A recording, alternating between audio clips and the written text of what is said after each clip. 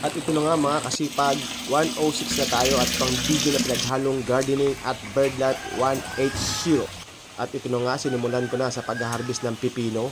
Ayan, nakaharvest na ako ng isa at ayun po yung pangalawa. At maghahanap pa tayo kung meron pa. Ito na nga, meron pang pang-apat. At ayan, nakaharvest ako dyan. At siyempre, sinunod ko na rin yung mga ampalaya. Nakaharvest na tayo ng isa at ito ang pangalawa. At pagkatapos, naghanap-hanap pa tayo ng gagamba dyan kung meron. Joke lang. At ito nga, sinunod ko na yung pagbalot ng ampalaya. 3 piraso yan na bunga na binalot ko para hindi pasukin ng uod at para hindi masira. So ito na nga, nakatatlo ko dyan. Pagkatapos, sinunod ko na siyempre yung pagpapakain sa mga ibon natin. Ayan, tignan nyo kung gaano sila kaamo. Ayan. O diba, halos lumalapit na sila dyan. Enjoy na enjoy tayo hanggang sa taas. Ayan.